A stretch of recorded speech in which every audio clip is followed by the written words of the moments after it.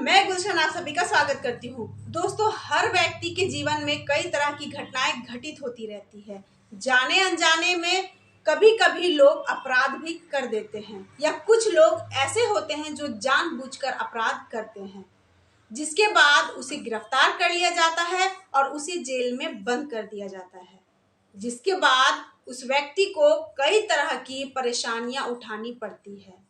तो अपराधी को राहत पहुंचाने के लिए कानून ने एक ऐसे अधिकार को प्रदान किया है जिसे बेल यानी कि जमानत कहते हैं, और इस अधिकार के तहत वह व्यक्ति जमानत पा सकता है।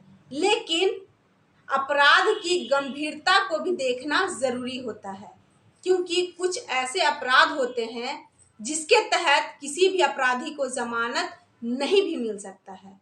तो आज मैं इस वीडियो के द्वारा आप सभी को बताऊंगी कि जमानत क्या है, जमानत के प्रकार क्या है और जमानत यानी कि बेल मिलने के क्या क्या शर्त हो सकते हैं।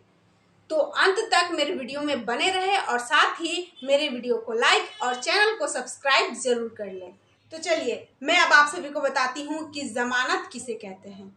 तो जब किसी अपराध के आरोपी व्यक्ति को जेल से छुड़ाने के लिए कोर्ट के सामने जो संपत्ति जमा की जाती है या फिर देने की प्रतिज्ञा ली जाती है, उसे ही जमानत कहते हैं।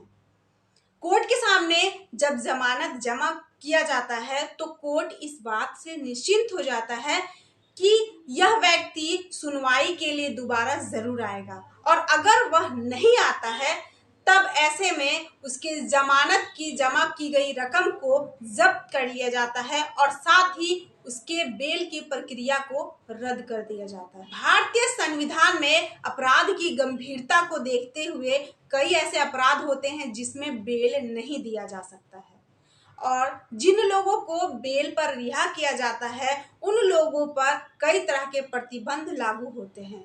यानी कि जो दोषी बेल पर रिहा हुआ है वह विदेश की यात्रा नहीं कर सकता, और इसके लिए उसे कोर्ट से आज्ञा लेनी पड़ेगी, तभी वह कहीं दूर की यात्रा कर सकता है। क्योंकि कोर्ट जब भी उस व्यक्ति को सुनवाई के लिए बुलाता है तब उस व्यक्ति को तुरंत वहां पे हाजिर होना अनिवार्य होता है।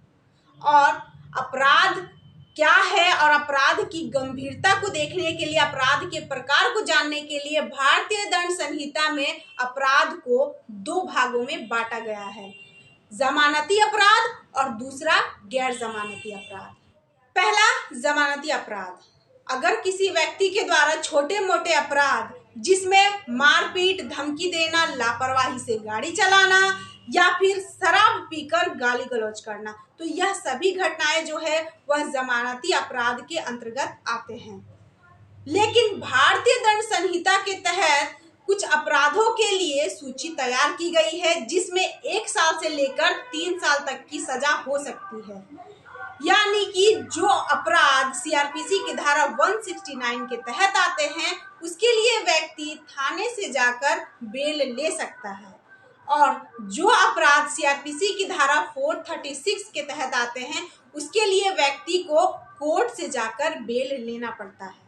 दूसरा, गैर जमानती अपराध। अपराध में भी कुछ ऐसे अपराध होते हैं जो भारतीय दंड संहिता के द्वारा गैर जमानती अपराध होते हैं, जिसमें व्यक्ति को बेल नहीं दिया जा सकता, जिसके अंतर्गत आते हैं रेप, मर्डर, हत्या, लूट डकैती या फिर हत्या करने की कोशिश या अपहरण के लिए फिरौती की मांग करना। यह सभी घटनाएं जो है वह गैर जमानती घटनाएं हैं, और इसके तहत व्यक्ति को उम्र कैद की सजा या फिर फांसी की सजा तक दी जाती है। अब मैं आप सभी को बताती हूँ कि बेल पाने के लिए कौन कौन सी शर्तें लागू होती है।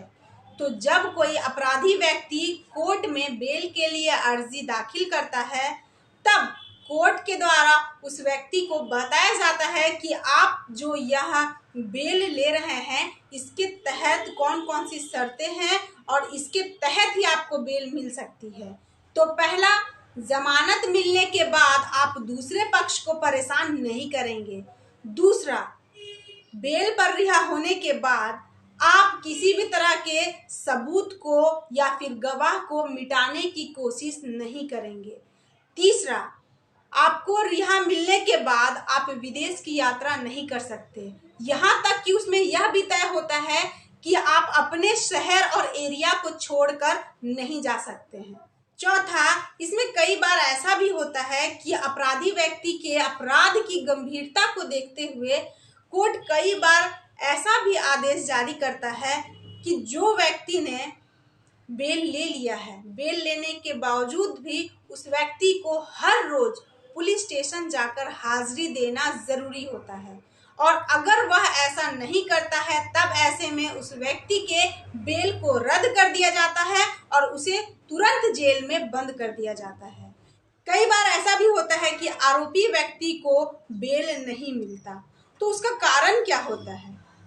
तो जब कोर्ट को यह पता होता है कि बेल मिलने के बाद गवाहों पर किसी भी तरह का कोई प्रभाव पड़ सकता है या फिर यह व्यक्ति बेल मिलने पर भाग जाएगा या सबूत को मिटाने की कोशिश करेगा, तब ऐसे में कोर्ट के द्वारा उस व्यक्ति के बेल की अर्जी को खारिज कर दिया जाता है। तो उम्मीद है कि मेरी यह वीडियो आप सभी को पसंद आई होगी। आज के लिए बस इतना ही। अगले वीडियो में मैं फिर एक नए टॉपिक के साथ आऊंगी। धन्यवाद। जय हिंद, जय भारत।